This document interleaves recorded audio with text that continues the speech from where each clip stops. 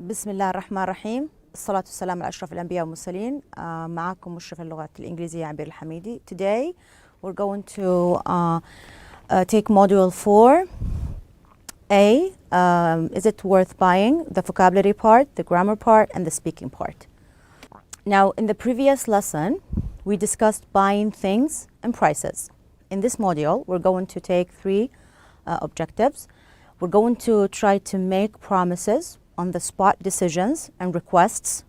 We're also going to learn to refer to the future by using appropriate tenses. And we're also going to express, you're going to express your opinion, or we're going to try to express our opinions. Now, we have words easily confused. The first part is the grammar part. There are some words, when you read them together, you may be confused because they have close meanings. They're not the same, but you have to be careful how to differentiate both words. For example, if you say be broke or I am broke, it means, or be short of something, it means that you have no money. I'm broke, it means I have no money. I cannot buy anything because I have no money. But if you say, for example, I'm short on cash, it means that you don't have enough. You have some, but not enough. So sometimes when you're buying things, you're short on cash, it means that you don't have money, enough money, but you still have some. Now, when I say, for example, I'm going to lend you my car, or I'm going to lend you my key, or for example, my chair, I am going to give you that thing, for example, anything you ask for a period of time. Like I'm going to lend you the car for a day, okay? But when you say, I want to borrow your book or borrow your car, now you are receiving that thing. It belongs to someone else and you want to use it for a period of time. So it's close, but someone is giving and someone is receiving. So you have to differentiate that, okay? Who's giving? When you say I will lend you, it means you're doing the action. But when you say I'm going to borrow, it means you're going to take it from someone else. Also, we have note and coin. When it comes to money, sometimes you have 100, 1 riyal, 50 Saudi note. It's a piece of paper money, the paper money that we use. But when you have coin, this is the coins that we use. Now we have 1 riyal and 2 riyals. It's a small round piece of metal, usually silver, okay, or copper colored, which is used as money. Now we use it, nowadays it's used, okay. I like this because it's close, very close. We have, for example, when you finish eating in the restaurant, you ask for the bill, for example. It means you want how much money you should pay or the money you owe that place. It's usually a piece of paper that's written, the money is written there. When it comes to the receipt, okay, it's a written statement which proves that something has been paid for. For example, when you go shopping, and you buy, you always ask for the receipt, because in case you don't like that dress or you don't like that, whatever you bought, you want to exchange it for different sizes or different colors, the receipt here is very important. It proves that you bought that thing, okay? Now, words also confused, easily confused is afford and save up. Can you afford it? Do you remember yesterday in the conversation? We took the word afford. When Lee, I think I asked Jack, can you afford that painting? It means, are you able to buy that thing? Because you don't have enough money. Sometimes you have high prices. You feel like you can't afford it because it's too expensive. Save up. I like this one. You put money aside, you save it. Why? Because you want to buy something in the future. Most of people save up for things that they can't afford nowadays. Like, for example, if you want a very expensive watch or a very expensive phone, and you feel like you want that, part, anything that, for example, sometimes it's like 7,000 or 8,000 or whatever. So you can't afford it, so you save up. You save up the money. Now, I just introduced these words because we're going to choose between them. Most of the time, the sentences that they have like a very thin line, but you have to read the sentence before you choose. It's not about memorizing, it's about understanding the meaning and the context itself. So the question here, you have to choose between the two confused words, but you have to read the sentence or the question in order for you to choose the correct word.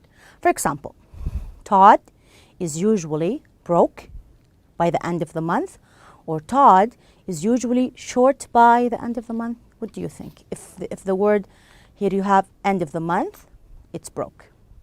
It means he has no money at the end of the month. Okay, number 2, I can't buy a new mobile because I'm a bit broke or I'm a bit short of cash at that moment. So are you broke or you're short of cash? I think this one is obvious. You're short. You have money, but it's not enough to buy that phone. Okay, number 3. Could you lend me £50 for tonight, or could you borrow me? Even when I say it doesn't sound correct. You have lend me. Okay. Here you have a car. So I'm going, can I lend your car or can I borrow your car to go work? Of course, borrow. Number 5, that's 5.49 pound altogether. I only have a 100 euro note or 100 euro coin. If it's it's 100, of course, it's going to be, and here you have 50 cents. Do you have 50 cents? So here it's note because it's a paper money. Let me see. I have some notes or I have some coins in my pocket. Coins, when you use the metal one. Okay, thanks. Here's your change. Number 6.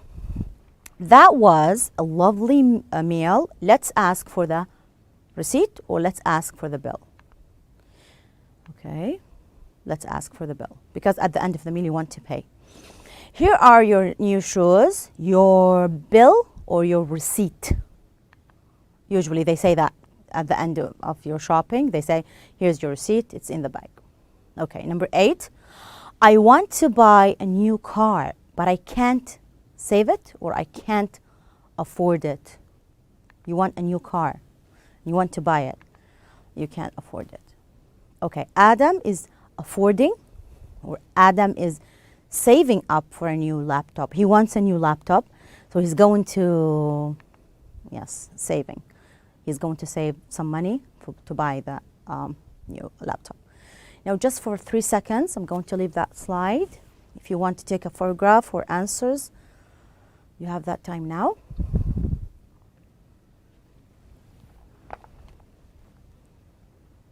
Okay. Now, moving on to the grammar part. The grammar part is something that you use, but now we're going to know why we use it. When you want to make promises, you want to make on-spot decisions, and sometimes when you ask or you have requests, you use the future will. Now, we have 3 sentences here.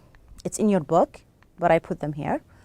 Now, when I say, I will help you, am I making a promise, or am I making an on-spot decision, or I'm requesting something? Okay, think about that sentence. Sentence 2, I will pay you back. Do you remember yesterday, his friend? He wanted to tell him, he wanted to make sure that he wants the money back, so he is going to give him that money back. So he says, I will pay you back. What does it mean? Okay, sentence number 3, will you lend me some money? What do you think I'm doing here when I say that? Okay, you have to choose between making a promise or on the spot decision, or you are requesting something. Okay, I'm going to show you the answer now. I will help you. This is a decision. It's on the spot. I'm going to do it now. Okay. I will pay you. It's a promise. I promise you I will pay you back as soon as, for example, I got the money. And the last one, it looks like a question, and it is a question. It is a request. I'm asking you, will you let me the money? So all of them, they have will. You use it for the future, but what do you mean by using that? It's different. Sometimes it's a decision, sometimes it's a promise, and sometimes you are requesting or asking someone for a favor, for example. Okay? Now, this is the paper in your book. They have this note. This is very important. I'm going to try to explain and say something, but sometimes it's not clear or you feel like you need more answers or more questions. Always go back to your book, page 88, the grammar part, all the models are there. But in today's lesson, it's 88. They say in the future, when you use the future, we can use also going to, not just will. And also we can use the present progressive. We're going to see the sentences now. It means that it's not just will. Sometimes when you have future plans or arrangements, you're going to do them in the future, you're using going to. For example, I'm going to put the painting over the sofa. So this is his plan for the painting. He's telling his friend what he's going to do in the future. So he can use going to. Also in sentence 2, Hassan is coming with us to the art expedition tomorrow. So it is a future. We don't have will, but we have the present, which is are, am, and ing. For example, you can say, Amal is eating with us next week. For example, Noura is planning the trip. Ahmed is studying with us next, for example, term, and so on. So you can use the present progressive also to, to refer to the future plan, okay? Now here you have, this is the very important. Sometimes you have a sentence, but it has two clauses, two parts. What do I usually call them? In your book, you have that sentence, as soon as, it starts with this, and you have the expedition is over, comma, they will deliver to me. Now, when you have as soon as, you have different kinds of expression. You can have when, after, before, until, as soon as. Okay, this is called the time clause. Why do I call it time clause? Because you can see actually the time. When is that, for example, action is happening, as soon as. The main clause is the part that expresses the time of that, for example, it's the future. Here, when you have time clauses, you have these words. They start, you can start these with these words. When I say, for example, when the expedition is over, or I can say, as soon as the expedition is over. When you have before and after, you have to be careful because sometimes you have two actions. One of them has to be before the other one in order for that other one to happen. So this one until also. So you be careful with the part where you put the first part and the second part. Be careful with that. But when you see these expressions, it means this is a time clause. And I want you to notice the sentence after the time expression. You have is. Now this is present simple. Simple, like is, are, am. No ing, no progressive, nothing. Just simple past, present, sorry. Now then you have a comma, and be careful with the comma. I'm going to talk about that now. But after the comma, you have the main clause. And it's the future will. Not, we have other futures, but this one is will, okay? Now, because we start with the time clause, you have a comma between the two clauses to separate them. But when you switch, when you start, for example, with the main clause, there is no need for the comma. You will say, they will deliver the painting to me as soon as the expedition is over. If you want to switch the positions of the two clauses, okay? But the comma appears to separate the main clause from the time clause, okay? Now, in your book, this is the same page. I brought this so you see. I just wrote the same sentence, but this is just to connect it with your book. Here you have time, read the example and complete the rule. Of course, here they want you to, figure out the tense, time clause, referring to the future. You have main clause. When, after, before, until, as soon as. You have the present, of course, simple, and you have the future rule. As I said, I put that picture for you so you remember that we have a grammar reference, page 88. So don't forget to go there and read more sentences. You may have, questions. That part you will answer. Now, let's try to answer the exercise based on what we took, which is the future will and present simple. Now, can you give me the newspaper, please? Will you give me? Sorry, but I'm reading it. I give it back immediately, I promise. I will give it back. I just want to see the weather forecast for tomorrow. No, you, as soon as. Do you remember what I said about the soon as? I finish. Because you have as soon as, usually after as soon as you have the present, and if here the sentences are switched, of course, you have will get. I will get, you will get it as soon as I finish. Forget it, I, also future, will check. Good idea. Number 2, where are you going? To the shopping center. Okay, he says, because here you have before, and be careful, before is in the middle, so it's the time clause is after, and the main clause is at the beginning.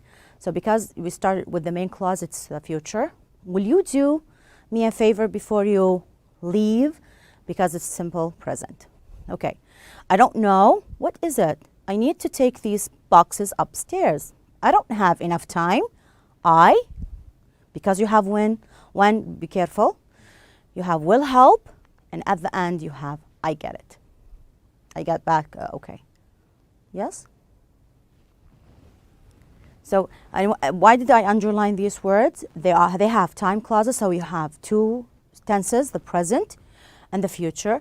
Even if you switch them, you always remember the time clause has present simple, whether it's at the beginning or at the end, so be careful. Okay? And you have to understand that before you answer. Now, the last part, you have the speaking. Now, why do I like that part? Because it's like different from yesterday's conversation, but it's close to what you do. You know, when you ask, you always ask your friend when you want to buy something and you want their suggestion. You have two situations. I'm going to try to do one of them, but I want you to be careful with the situation. The first one, you have to imagine that, or you need to imagine that you're looking for an item and you don't have money. You have only 70. So you're going to discuss with your student, or you're going to with your friend, and you're going to ask. The main important part here is you're going to ask that friend for some money because you're short. You don't have enough money. The second situation, no, you can just ask your friend for advice. You want to buy 3 items, and that's it. There's no borrowing money in that situation, the second one. So I just imagine that I'm with you, and I'm imagining that we're talking. And I'm saying, what do you think of this painting? Because I underlined painting for you because you can change it. You can say, what do you think of this digital photo? What do you think of the poster? What do you think of the vase? What do you think of, for example, the lamp? You have different. If you have a different item you want to ask your friend about, it's up to you. But this is the word you can change. She said, it's not bad, but can you afford it? Because sometimes when you want to buy something, it's so expensive. And your friend knows that you have this limit, money limit. Because I want you to activate what we took, like borrowing in future, I made that conversation. Not really. I was thinking of asking you, will you let me some money? This is what we want you to do. You're requesting, you're using the future, okay? And we're activating, asking questions. I don't know, she's not, because both of you are maybe students who don't have enough money. And then she's going to use the future also. I will pay you back next month. It's a promise. This is a promise, of course. If you really like it that much, I will help you out. It's a decision. So I put like 3 future, the same tenses, but 3 reasons for you to use. The first one was request. The second one was promise. And the last one, it's a decision. So I'm not trying to give you sentences so you would copy. This is just an example. I want you to imagine that you have the same conversation. Usually you do with your friends. When you want to buy things, you always ask your friend for advice. And sometimes you change your mind because of your friends, their advice. When you say, for example, I want to buy that, for example, that thing. Now, in your book, you also have, they gave you like a line. What do you think of this painting? It's not bad, but can you afford it? This is just a guideline for you. If you have a friend that you can talk, make that conversation with, if you have your friends or family or someone else that can, communicate with you in English, you should activate that because this is very important. You're using the grammar and you're making the conversation. Okay? I think this is it. We're done. And I thank you so much for your listening. Thank you.